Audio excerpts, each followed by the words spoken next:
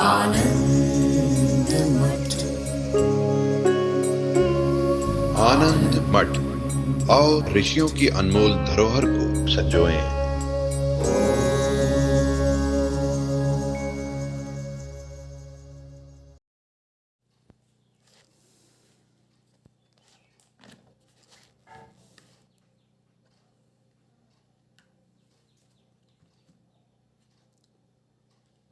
प्रभु श्री राम जी जिस तरह से जगत के विषय में अपने विचार प्रस्तुत कर रहे हैं, ये बुद्धि के बड़े ऊंचे शिखर पर बैठ करके ही समझ में आते हैं। मानव जीवन में वैराग्य को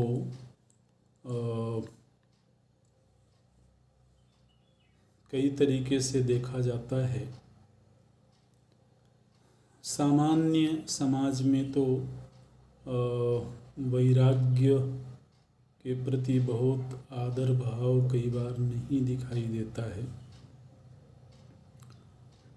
वैराग्य वृत्ति अथवा विरक्त जीवन सभी के लिए सम्मान्य हो, सभी के सम्मान का विषय हो, ऐसा नहीं होता है। और कई बार तो वैराग्य वृत्ति को थोड़ा सा उपेक्षा की दृष्टि से भी अथवा न्यून दृष्टि से भी देखा जाता है। खासतौर से उन लोगों के बीच में जो निरा सांसारिक जीवन जीने में ही रुचि रखते हैं, तो उनकी दृष्टि में कहीं वैराग्य वृत्ति एक पलायन वृत्ति अथवा अकर्मण्यता के रूप में जाना जाता है।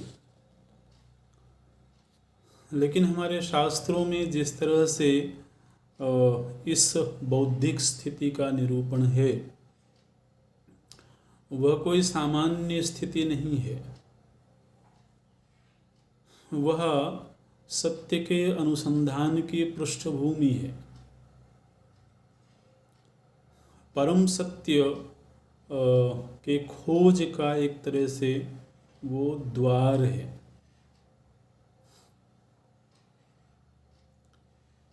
और इसलिए फिर वो बड़ा गहन हो जाता है, बड़ा सूक्ष्म हो जाता है। और यदि हमारी तैयारी ना हो पहले से, हमारे भीतर पुण्यों के संस्कार ना हो, शुभ कर्म के संस्कार ना हो, तो इस तरह के वक्तव्य कई बार निराश करने वाले लगते हैं। लेकिन अगर किसी के जीवन में पुण्यों का संग्रह है, पूर्व जन्म से उसने शुभ कर्म और शुभ संस्कारों का संचय किया हुआ है, तो ये वक्तव्य उसको बड़ा उत्साहित करते हैं। इस तरह के विचार उसको मूल तत्व के अनुसंधान की ओर जाने में प्रेरक बनते हैं। इसलिए इस स्तर के जो ग्रंथ होते हैं वो आम समाज में नहीं पढ़े पढ़ाए जाते हैं, और इस तरह के ग्रंथों तक सामान्य लोगों की पहुंच भी नहीं होती है। क्योंकि जिस तरह के विचार हैं, उन विचारों को आत्मसात करने के लिए जो बौद्धिक स्तर चाहिए, जो मानसिक तैयारी चाहिए, वो तैयारी सभी के पास नहीं होती है। जीवन में घटने वाली प्रत्येक घटना को तटस्थ होकर के देखना, तटस्थ होकर के उसका विश्लेषण करना, उसके गुण दोषों पर चिंतन करना, ये सभी के बस की बात नहीं होती है। आम जीवन में तो व्यक्ति अपने कर्तव्यों में व्यस्त है, अपने सुख साधनों के संग्रह में व्यस्त है, तो उसको कहाँ फुर्सत है कि वह देश दुनिया को तटस्थ होकर के विचार करे, जीवन में घटने वाली अनुभूतियों पर चिंतन करे। आमतौर पर तो हम उन अनुभूतियों में ही बहते चले जाते हैं, भावनाओं के वेग में, परिस्थितियों के वेग में हम, ऐसा लग रहा है कि जैसे निरंतर बह रहे हैं। यह जीवन नदी एक अदृष्ट के द्वारा निरंतर प्रवाहित की जा रही है और हम उस नदी में उसके साथ साथ बहते चले जा रहे हैं। लेकिन कोई कोई होते हैं जो तटस्थ होकर के, ठहर करके और इस जीवन यात्रा में मिलने वाली अनुभूतियों पर चिंतन करते हैं। और ऐसे चिंतनशील लोगों के लिए ही फिर ये ग्रंथ उपकारी होते हैं, ये ग्रंथ उनके चिंतन में सहायक होते हैं। देखिए, शास्त्र के विषय में एक दृष्टि और ध्यान में रखना चाहिए कि हमारे जो सनातन परंपरा के शास्त्र हैं, वो अपने विचारों को हमारे बुद्धि में थोपने के लिए नहीं होते हैं। हमारी बुद्धि में उन विचारों को इम्पोज करने के लिए नहीं होते हैं। वो हमारी बुद्धि को चिंतन की ओर प्रेरित करने के लिए होते हैं। अब जैसे जिस तरह का चिंतन प्रभु श्री राम जी प्रस्तुत कर रहे हैं, उस चिंतन को सुन करके यदि हमारी बुद्धि भी वैसा ही चिंतन करने लगे, उसी तरह से वो विचार करने लगे, मनन करने लगे, तभी उस शास्त्र की सार्थकता है। विशेष रूप से हम ये बात जरूर कहना चाहते हैं कि हमारी परंपरा में, इस अनादिकालीन सनातन परंपरा में, चाहे कोई धर्मशास्त्र हो और चाहे अध्यात्म शास्त्र हो, वो हमको चिंतन की स्वतंत्रता प्रदान करता है। धर्मशास्त्र में चूंकि थोड़ा कर्म प्रधान शास्त्र होता है, इसलिए जो अदृष्ट है उसके विषय में हमको अनुशासित होकर के धर्म अधर्म का विचार करके चलना पड़ता है। तो वहाँ भी विचार का स्वातंत्र्य तो है, लेकिन उस स्वातंत्र्य की थोड़ी सीमा है। लेकिन जब अध्यात्म चिंतन संबंधी शास्त्र होते हैं तो वो हमें चिंतन की पूरी स्वतंत्रता देते हैं।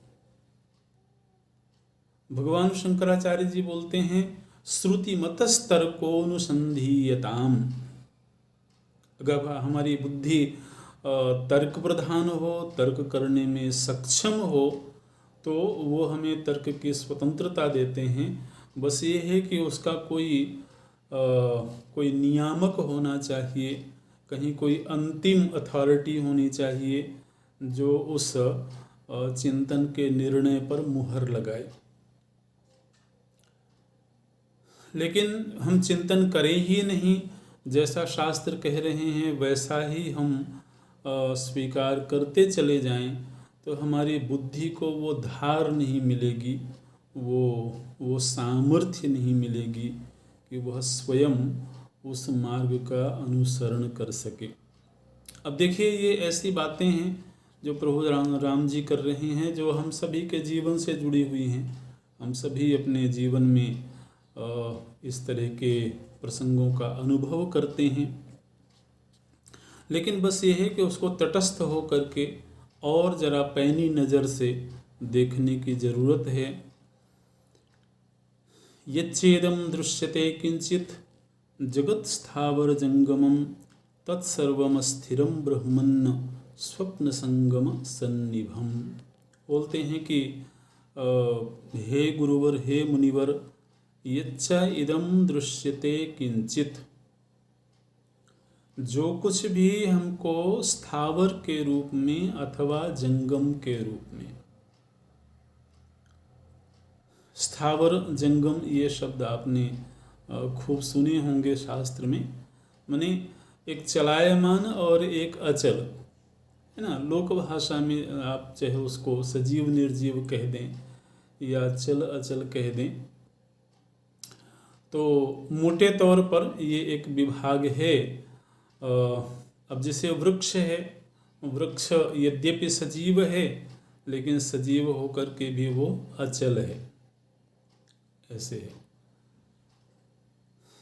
तो वायु को कोई सजीव मान सकता है अगर वो थोड़ा आस्तिक है और दैव भाव है, उसमें देवत्व बुद्धि है, तो वो सजीव मान सकता है, और नहीं तो निर्जीव भी लोक दृष्टि से माना जा सकता है। तो निर्जीव होकर के भी उसमें गति है ना। इसलिए गति और स्थिरता से सजीवता निर्जीवता का पूरा पूरा निश्चय नहीं होता है।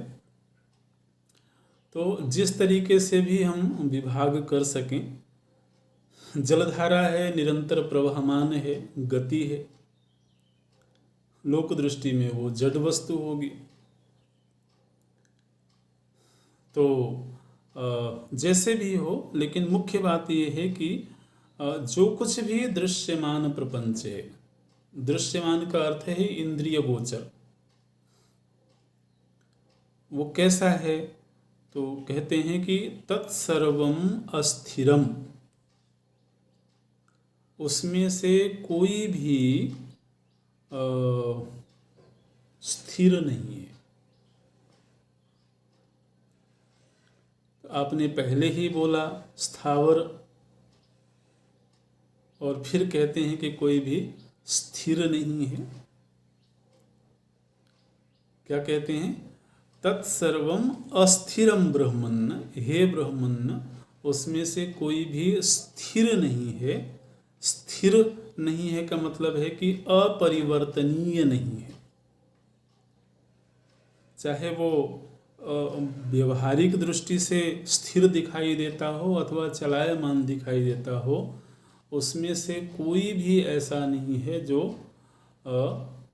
परिवर्तित ना हो रहा हो, बदल ना रहा हो।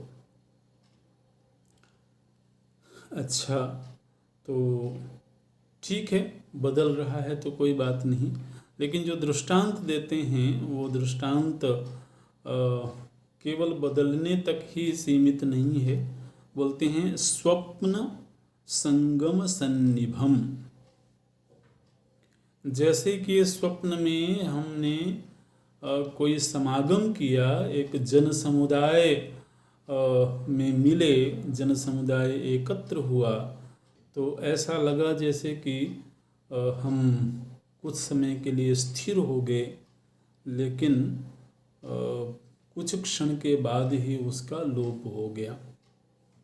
तो इसी तरह से जागृत प्रपंच में भी सत्यता है, मने वो असत्य है, वो चलायमान है, ये सत्यता है ना। उसकी सत्यता कैसी है? बोले उसका सत्य ये है कि वो चलायमान है। अच्छा, शुष्क सागर संकाशो निखातो योद्य दृश्यते, सप्रातर भ्रम संवीतो नगः संपद्यते मुनि।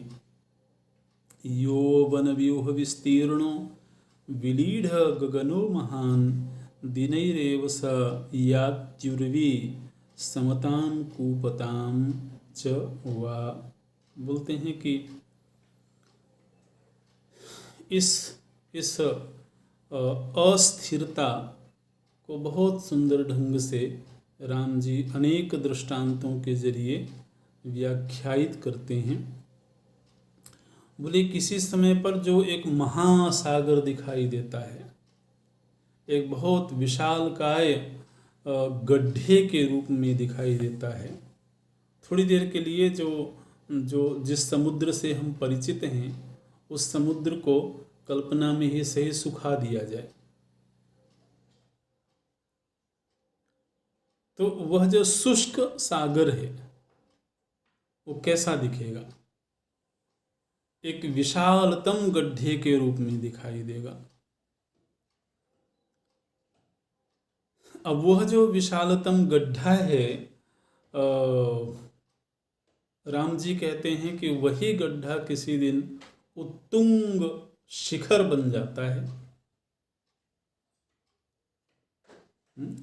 शुष्क सागर संकासः निखातो योद्य दृश्यते। निखात मतलब गड्ढा। इस एक शुष्क सागर के रूप में जो विशाल का एक गड्ढा है वो एक समय पर दिखाई देता है, लेकिन सप्रातर भ्रम संबीतो नगः संबध्यते मुने। वही किसी समय में एक उत्तुंग गगनचुंबी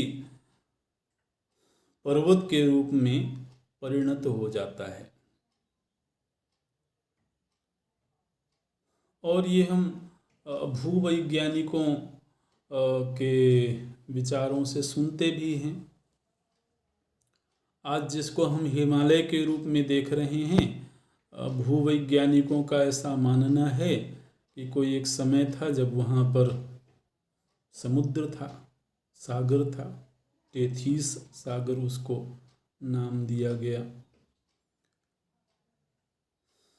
तो मतलब परिवर्तन को राम जी परिभाषित कर रहे हैं। ठीक इसी तरह से वनव्यूह विस्तीर्णो विलीढ गगनो महान दिनैरेव सयात्युर्वी समतां कूपतां चवा। कहीं पर हम बहुत गहन जंगल देखते हैं, बड़ा भयावह जंगल दिखाई देता है, ऊंचे ऊंचे वृक्ष दिखाई देते हैं, और वही जो भयावह जंगल है कोई एक समय आता है जब वह एक वीरान भूमि के रूप में दिखाई देता है, एक रेगिस्तान के रूप में दिखाई देता है। इसी तरह से यदंग मध्य संबीतम कौशय सृग्विलेपनैः दिगंबरम तदेव स्वो दूरे विशारितावटे। आज जो व्यक्ति बड़े सुंदर रेशमी वस्त्र धारण किए हुए, मालाएं धारण किए हुए, कुमकुम केसर आदि से अपने शरीर को सुवासित किए हुए, श्रृंगारित किए हुए दिखाई देता है, वही व्यक्ति किसी समय पर वस्त्र शून्य दिगंबर होकर के और कहीं गांव में, कहीं नगर से दूर जंगलों में कहीं पड़ा रहता है, सड़ता रहता है, पशु पक्षियों का आहार बन जाता है। ये सत्य भी हम देखते हैं। ये कुछ ऐसे दौर से हम लोग गुजर रहे हैं जिस दौर में बहुत सारी कहानियाँ तो अपनी आँखों से ही देखने को मिलती हैं। अभी 2-4 साल पहले की ही बात है, कुछ ऐसी महामारी का समय आया कि पड़ी हुई हैं लाशें, कहीं नदियों में, कहीं वन में सड़ रही हैं, कौवे गिद्ध आदि का आहार बन रही हैं। तो ये सच्चाई व्यक्ति जीवन में देखता है। भगवान बोलते हैं कि किसी समय जिसने रेशमी वस्त्र धारण किया हुआ था, माला पहने हुए था, तरह तरह के श्रृंगार आदि धारण किए हुए था, वही किसी दिन निर्वस्त्र कहीं वन में पड़ा होता है और पशु पक्षियों का आहार बन रहा होता है। यत्राद्य नगरम दृष्टम विचित्राचार चंचलम तत्रैवोदिते दिवसैः समशून्यारण्य धर्मता। अनेक हम इतिहासकारों के द्वारा सुनते हैं, पढ़ते हैं कि कोई एक जगह थी जहाँ कोई बहुत सुंदर नगर रहा होगा, कोई सभ्यता रही होगी, कोई संस्कृति रही होगी, कोई मानव समाज रहा होगा। आज वो वीरान है, खंडहर है। तो ये भी देखने को मिलता है। राम जी बोलते हैं यत्र अद्य नगरम दृष्टम, आज जहाँ पर हमको नगर दिखाई दे रहा है, और वो भी कैसा नगर जहाँ बहुत चहल पहल है। विचित्राचार चंचलम, वहाँ लोग आते जाते दिखाई दे रहे हैं, जनाकीर्ण नगर दिखाई दे रहा है। तत्रैव उदिते दिवसैः, उसी जगह पर कुछ ही दिनों के बाद समशून्यारण्य धर्मता, शून्य अरण्य, सुनसान जंगल हो जाता है। ये भी हम इस दुनिया में, इस सृष्टि में देखते हैं। यह पुमान अद्य तेजस्वी मंडलान्यधितिष्ठति स भस्मकूटताम राजन दिवसैरधिगच्छति।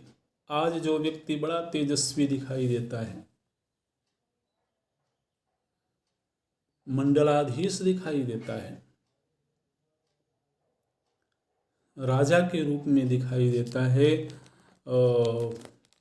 लोगों से घिरा हुआ दिखाई देता है, वही व्यक्ति कुछ ही दिनों के बाद भस्मीभूत हो जाता है, भस्म हो जाता है, धूल में मिल जाता है। ये सत्य हम इस दुनिया में देखते हैं। अनेक राजवंश हुए, पीढ़ी दर पीढ़ी उन्होंने धरती पर शासन किया, राजसत्ता का उपभोग किया। आज वो वंश कहाँ गए? अगर उनके कहीं कुछ वंशज हैं भी तो वो शायद आम से आम व्यक्ति की तरह जीवन जी रहे होंगे। अरण्यानि महाभीमा या नभो मंडलोपमा पताकाच्छादिताकाशा सैव संपद्यते पुरी। बोलते हैं कि आज जो एक विस्तीर्ण महाअरण्य के रूप में दिखाई देता है, जहाँ जहाँ पर विशाल विशाल वृक्ष से आच्छादित घना वन प्रांत दिखाई देता है, काल के बदलाव से वहीं पर हम उत्तुंग शिखरों वाले भवन देखते हैं। नगरों में जब हम लोग भ्रमण करते हैं तो लोग इस तरह की बातें करते हैं। यहाँ पर किसी समय पर खेत हुआ करते थे, यहाँ किसी समय गांव हुआ करते थे, ऐसे लोग बताते हैं। आज वहाँ पर बहुमंजिला भवन खड़े हैं। आज वहाँ चकाचौंध है, जहाँ किसी समय वीरानगी थी। जहाँ कल चकाचौंध रही होगी, आज वहाँ वीरानगी है। तो ये इस धरती में ये सत्य भी देखने को मिलता है। या लता वलिता भीमा भात्यद्य विपिनावली दिवसैरेव सयाति पुनर्मरुमहीपदम।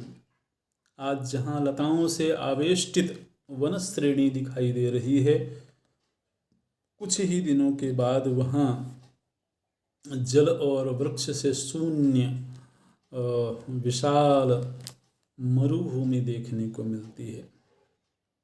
आज भी जहाँ जहाँ हम मरुस्थल देखते हैं, भूवैज्ञानिकों का ऐसा मानना है कि किसी समय वहाँ सागर रहा होगा, वहाँ समुद्र रहा होगा। ऐसे सलिलं स्थलतां याति स्थली भवति वारि भूः विपर्यस्यति सर्वं हि सकाष्ठाम्बो तृणं जगत। बोले कि जहाँ जल है वहाँ स्थल हो जाता है, जहाँ स्थल है वहाँ जलाप्लावित भूमि हो जाती है। तो ये जो विपर्य है, ये जो परिवर्तन है, ये इस पूरे जगत का ही सत्य है। अच्छा, कोई कहे कि ये तो केवल स्थूल वस्तुओं की बात है। भगवान कहते हैं केवल स्थूल वस्तुओं की बात नहीं है, अनित्यम यौवनम, ये जो हमको यौवन प्राप्त है यह भी वैसा ही अनित्य है। अनित्यम यौवनम बाल्यम शरीरम द्रव्य संचयाः, चाहे बाल्य अवस्था हो, चाहे शारीरिक सौष्ठव हो, शारीरिक सौंदर्य हो, अथवा धन का संग्रह हो, सबका सब अनित्यम। भावात् भावांतरम यान्ति, भाव से अभाव को प्राप्त हो जाते हैं, अभाव से भाव रूपता को प्राप्त हो जाते हैं। ठीक वैसे ही जैसे कभी हम जलाशय में स्थिर जल देखते हैं और कभी उत्ताल तरंगें देखते हैं, तो वह जल ही कभी तरंग बन गया और तरंग ही कभी जल बन गया। तो ये क्षणिक परिवर्तन हम हर जगह पर देखते हैं। वातांतरदीप शिखालोलम जगति जीवितम तडित स्फुरण संकाशा पदार्थ स्त्री जगत्त्रये। बोलते हैं कि जिस तरह से एक क्षणभंगुरता कैसी है, हर वस्तु में चलायमान स्थिति कैसी है, तो उसके लिए एक दृष्टांत देते हैं। जैसे कि एक दीपक जल रहा हो और बड़े जोर की आंधी चले,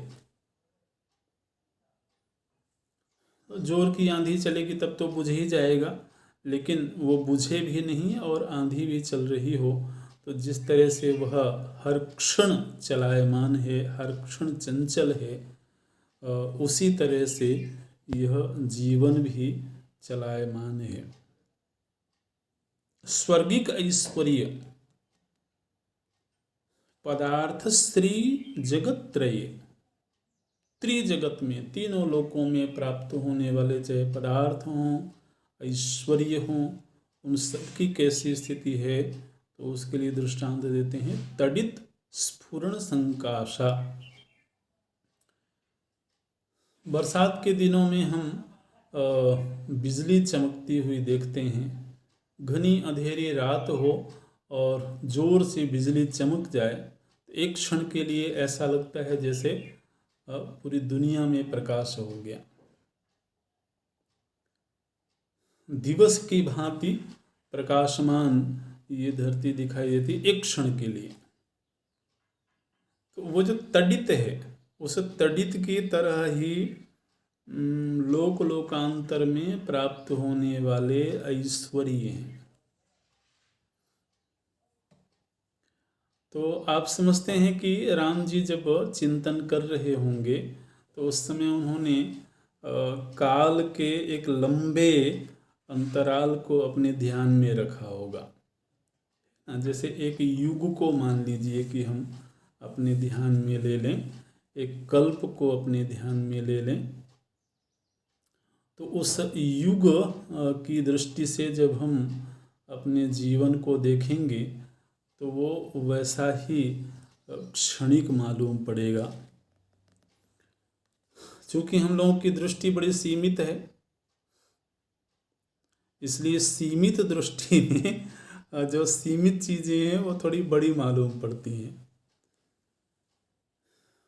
मुख्य बात यही है कि हम किस धरातल पर बैठ कर के चीज़ों का अवलोकन करते हैं।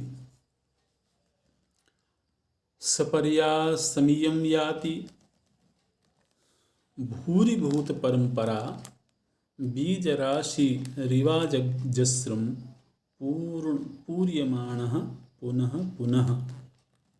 घर में भंडार भर जाता है, ये किसान जो लोग रहे होंगे उनको पता होगा कि जिस समय पर फसल आती है तो उस समय पूरा घर अनाज से भरा हुआ मालूम दिखाई देता है।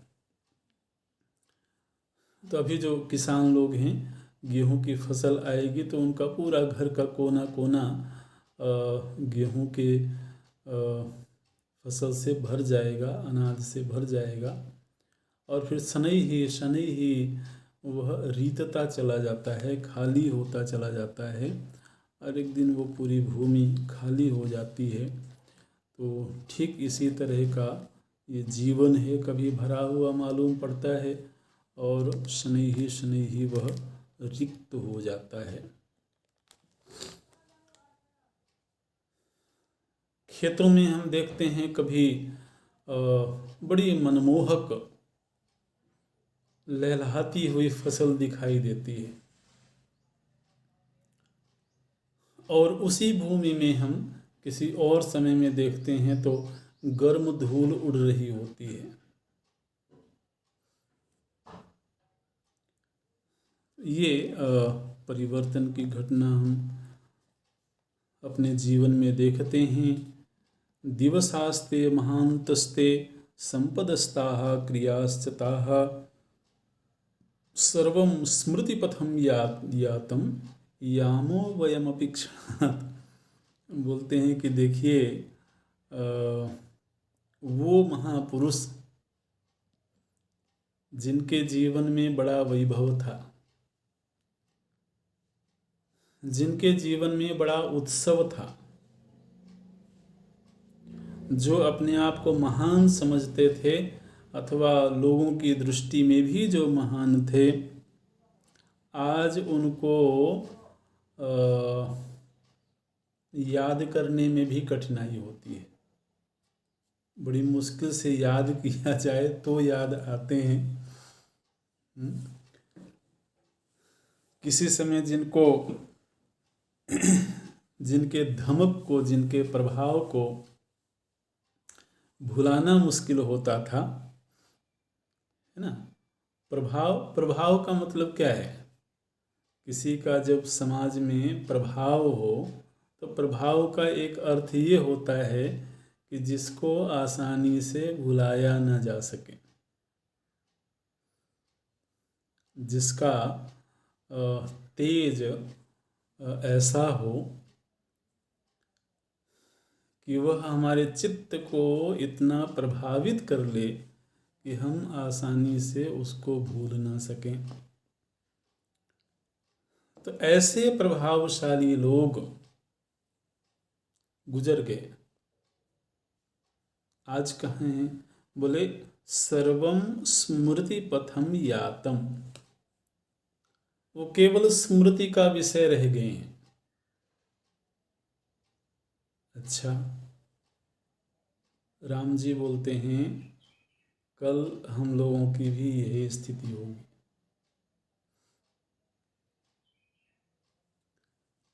कल हम भी लोगों के लिए केवल स्मृति का विषय रहेंगे, और शायद कोई स्मरण करे भी कि न करे, ये भी बात है। लेकिन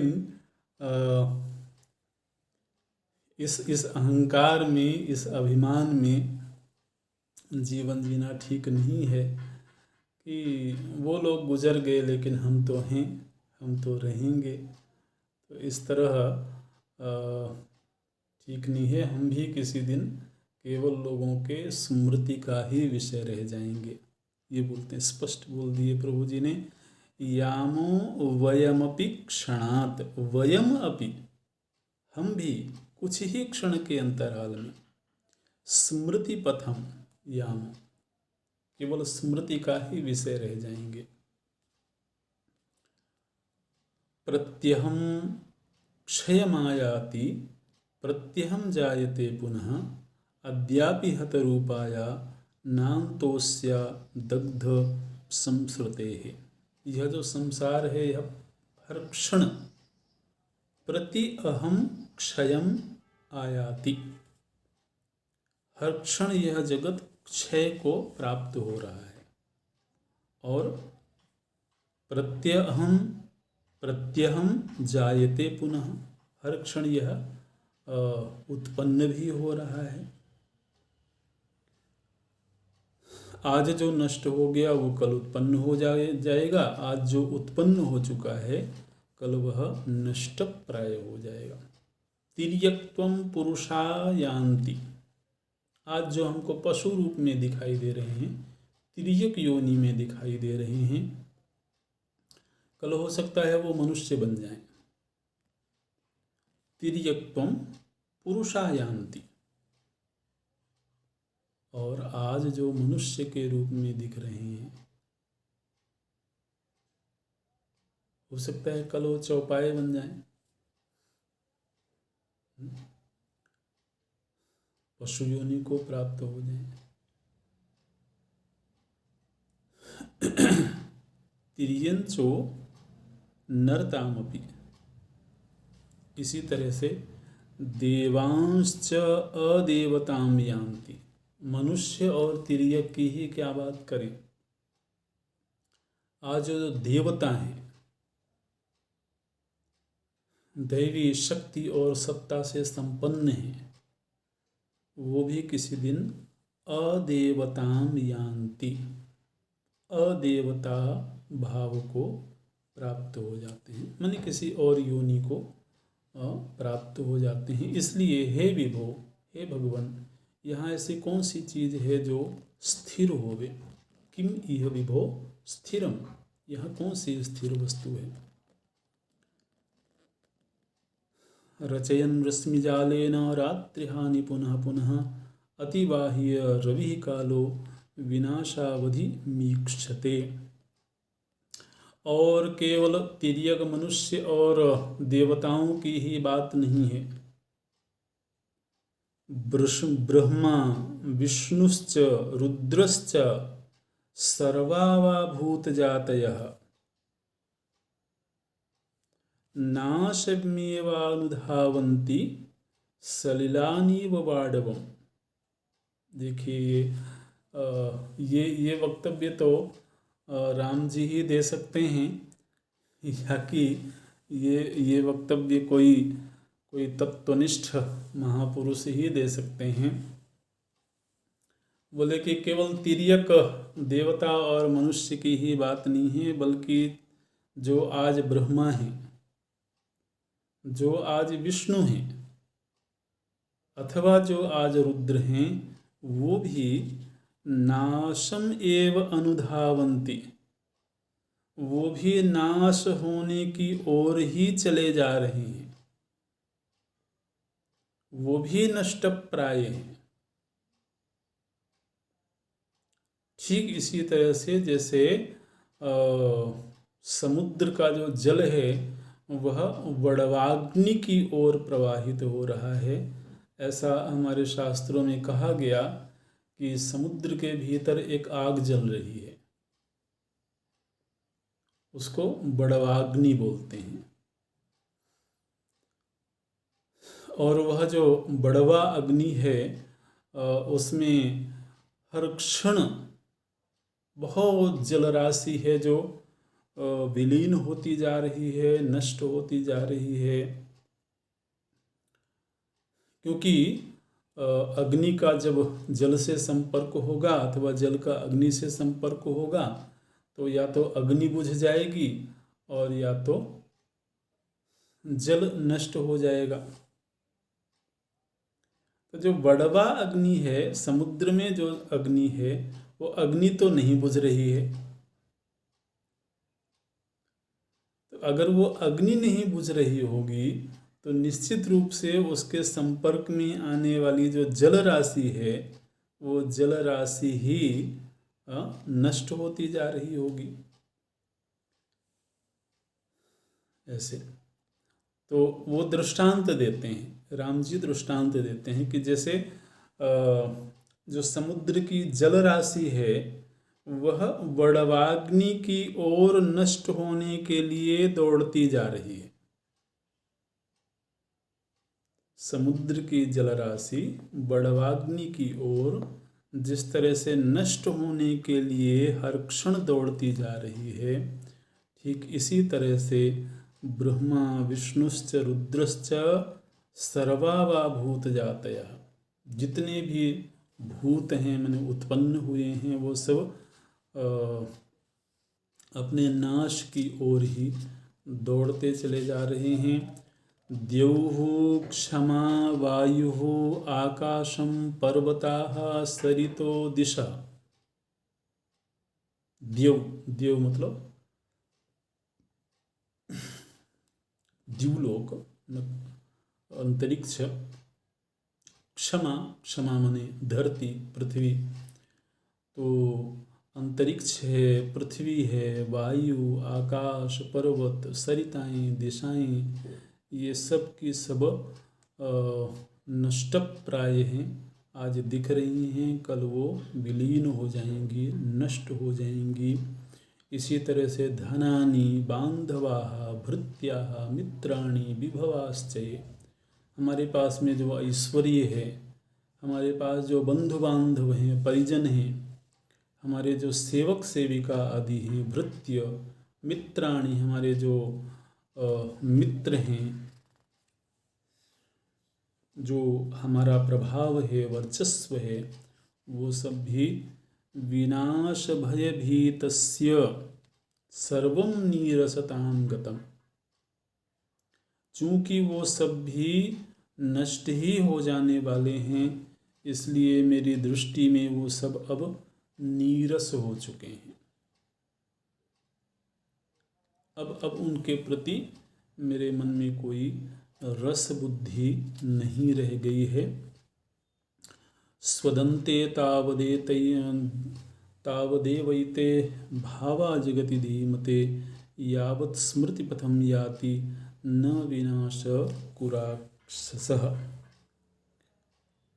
क्षणम ऐश्वर्यम आयाति, हम देखते हैं कि एक क्षण में ही कोई ऐश्वर्यशाली हो जाता है और एक क्षण में ही कोई दरिद्र हो जाता है, कोई पूरी तरह से रोग मुक्त हो जाता है और कोई भयावह रोग से ग्रस्त हो जाता है। हर क्षण हम यह विपर्य देखते हैं। आकाश को राम जी देख रहे हैं और आकाश को देखते हुए बोलते हैं किसी किसी समय पर यह जो आसमान है यह घनाच्छन्न हो जाता है, बादलों से घिर जाता है। किसी समय गड़गड़ाहट होता हुआ हम आकाश में देखते हैं, किसी समय निरभ्र चमकता हुआ सूर्य आकाश में दिखाई देता है, किसी समय घनघोर वृष्टि होती हुई इस आकाश में दिखाई देती है, लेकिन वस्तुतः आकाश में कुछ भी नहीं हो रहा है। वो घटनाएं घटी और गुजर गईं।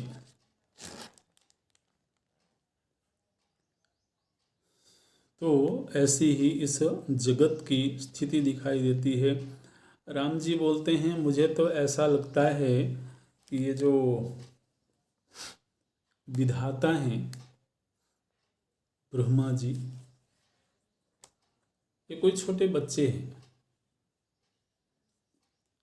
ये विधाता जैसे एक छोटा बच्चा है, मिट्टी के खिलौने बनाता है, मिट्टी के घर बनाता है, कुछ देर के लिए उसके साथ रहता है, खेलता है, फिर वो तोड़ करके अपने घर चला जाता है। बोले ब्रह्मा जी का काम भी हमें कुछ ऐसा ही दिखाई देता है। कभी वो भूतों का संग्रह करके और लोगों का निर्माण कर रहे होते हैं, जीव जंतुओं का, वनस्पतियों का निर्माण कर रहे होते हैं, और फिर हम देखते हैं कि वो अपनी ही बनाई हुई चीज़ों को नष्ट कर देते हैं। चिनोति उत्पादयत्यत्ति निहत्यासृजति क्रमात् सततं रात्र्यहानिव निवर्तन्ते नरम प्रति। ये कैसा है? बोले रचयन वस्तुना याति खेदम लीला स्विवार्भकः अर्भकः इव। अर्भक बोलते हैं छोटे से बालक को। तो छोटे से बालक की तरह ये जो विधाता हैं ये कोई लीला करते हुए दिखाई देते हैं। लीला शब्द का एक अर्थ होता है खेल खेलना। तो एक छोटे से बालक की तरह से ब्रह्मा जी खेल खेलते हुए दिखाई देते हैं। क्या खेल खेल रहे हैं? बोले वस्तुओं का संग्रह करके कोई चीज़ बना देते हैं, उसका पालन करते हैं और कालांतर में उसको नष्ट कर देते हैं, तोड़ देते हैं।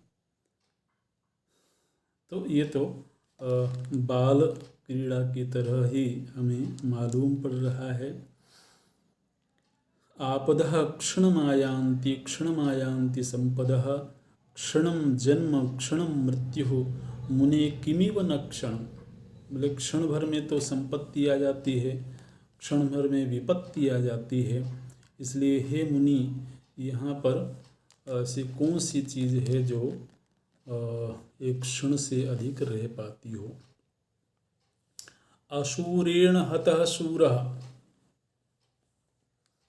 इतिहास में हम सुनते हैं कोई बड़ा शूरवीर था, बड़ा प्रतापी, प्रभावशाली, बलशाली वीर था और वह एक साधारण से सैनिक के द्वारा मार दिया गया। तो अशूरेण हतः शूरः। अशूरेण, जो शूरवीर नहीं है, जो बलवान नहीं है, ऐसे व्यक्ति के द्वारा हतः शूरः, शूरवीर को मार दिया गया।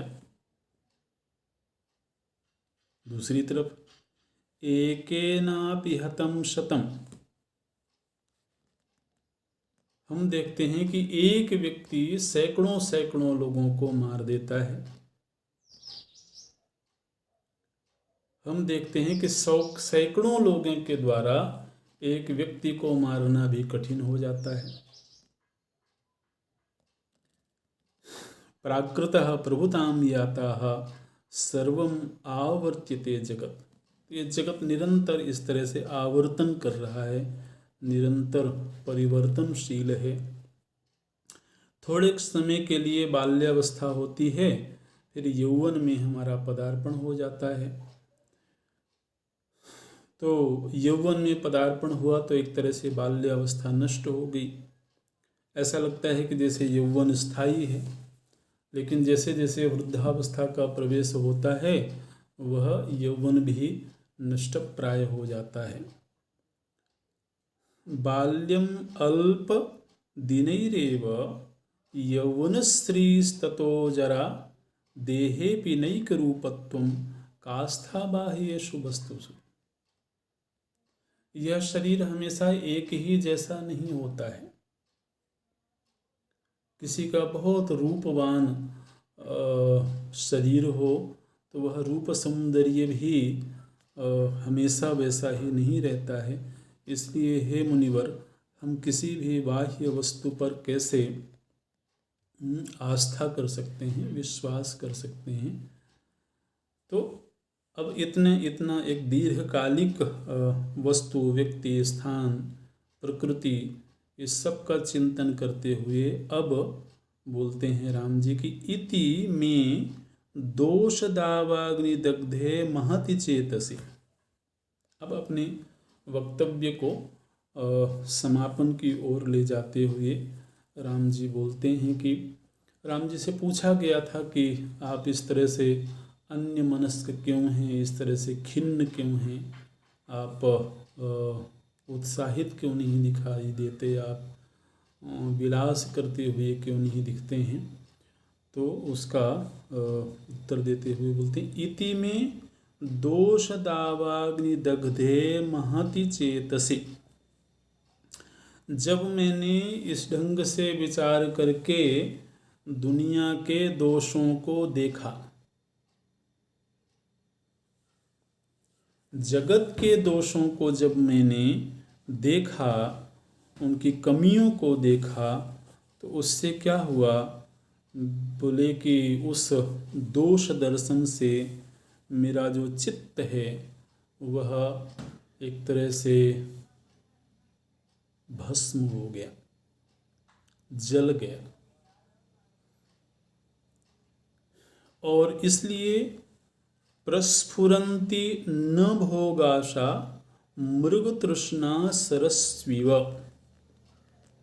इसलिए अब मेरे चित्त में भोगाशा न स्फुरन्ति, भोगों की जो आशा है, भोगों की ओर मन का लालायित होना है, वो अब स्फुरित नहीं हो रहा है।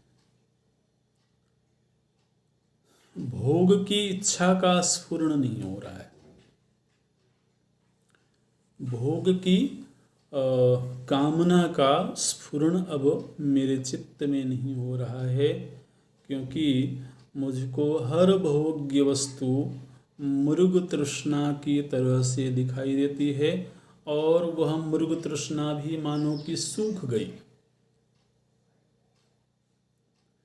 मृग तृष्णा भी जब तक दिखे तो हो सकता है थोड़ा उसमें आकर्षण हो, लेकिन वह जो मृग तृष्णा रूपी जल राशि है वह सूख चुकी है। इसलिए अब मुझे भोगों में कोई भी आशा दिखाई नहीं देती है। ओम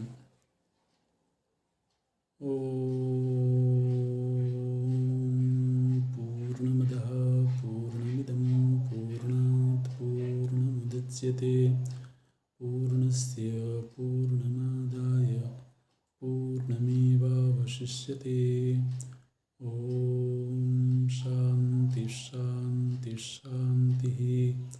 हरि ओम। श्री गुरुभ्यो नमः। हरि ओम।